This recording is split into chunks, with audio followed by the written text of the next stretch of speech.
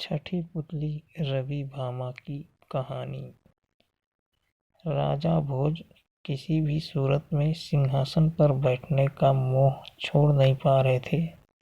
छठे दिन फिर वे राजसी वैभव के साथ तैयार थे बैठने के लिए। तभी छठी पुतली रवि भामा ने उन्हें रोक दिया। सुनो राजन, यह सिंहासन परम प्रतापी राजा विक्रमादित्य का है। क्या तुम उसकी दानवीरता और शौर्य का मुकाबला कर सकते हो? आओ मैं तुम्हें उनकी महानता की कथा सुनाती हूँ। एक दिन विक्रमादित्य क्षिप्रा नदी के तट पर बने हुए अपने महल से प्राकृतिक सौंदर्य को निहार रहे थे। बरसात का महीना था, नदी उफन रही थी और अत्यंत तेजी से बह रही थी। इतने में उनकी नज़र एक पुरुष, एक स्त्री और एक बच्चे पर पड़ी। उनके वस्त्र तार तार थे और चेहरे पीले। राजा देखते ही समझ गए कि वे बहुत ही निर्धन हो। सहसा वे तीनों उस नदी में छलांग लगा गए। अगले ही पल प्राणों की रक्षा के लिए चिल्लाने लगे। विक्रम ने बिना एक पल गंवाए नदी में उनकी रक्षा के लिए छलांग लगा दी। अकेले तीनों को बचाना संभव नहीं था, इसलिए उन्होंने दोनों बेतालों का स्मरण किया।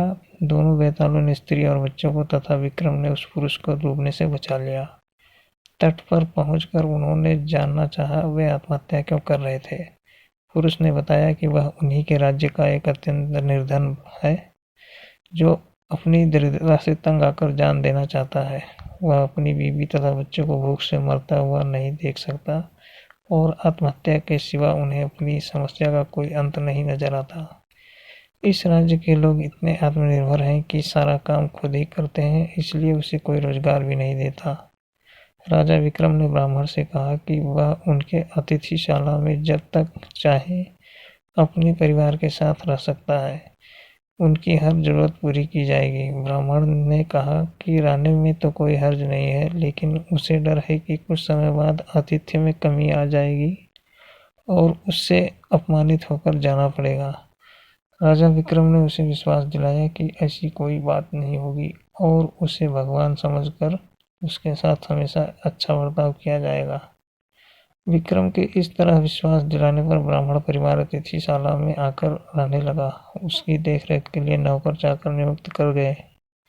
वे मौज से रहते, अपनी मर्जी से खाते पीते और आरामदेह पलंग पर सोते। किसी चीज की उन्हें कमी नहीं थी, लेकिन वे सफाई पर बिल्कुल ध्यान नहीं देते। जो कपड़े पहनते थे उन्हें कई दिनों तक नहीं बदलते। जहाँ सोते वहीं थूकते और मलमूत्र त्याग भी कर देते। चारों तरफ गंदगी ही गंदगी फैल गई। दुर्गंध के मारे उनका स्थान एक पल भी ठहरने लायक नहीं रहा। नौकर चाकर कुछ दिनों तक तो धीरज से सब कुछ सहते रहे, लेकिन तब तक ऐसा चलता। राजा के कोप की भी उन्होंने परवाह नहीं की और भाग खड़े हुए। राजा ने कई अन्य नौकर भेजे, पर सबके सब एक ही जैसे निकले।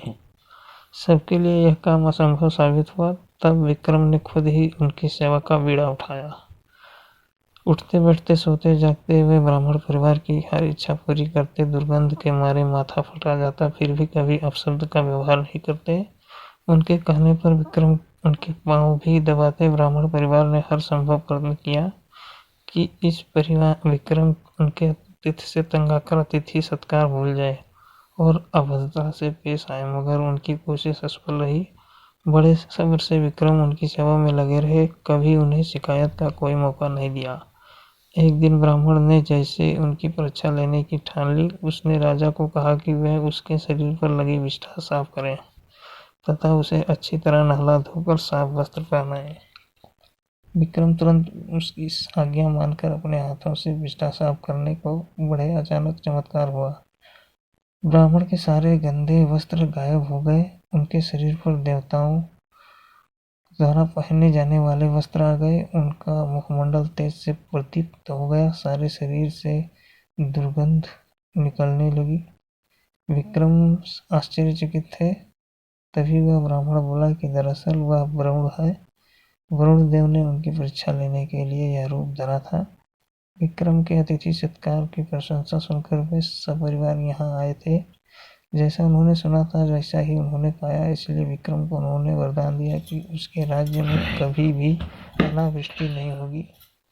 तथा 3 फसलें विक्रम को वरदान देकर शुक्रवार तैयार हो गए। इतना कहकर रवि भामा बोली, बताओ राजन, क्या तुम में इतना धैर्य है कि इस तरह से किसी की अतिथि सत्कार कर सको? राजा असमंजस में पड़ गए और बिना कुछ कहे अपने कक्ष में लौट गए। अगले दिन 7वीं पुतली कौमुदी ने उनका रास्ता रोका।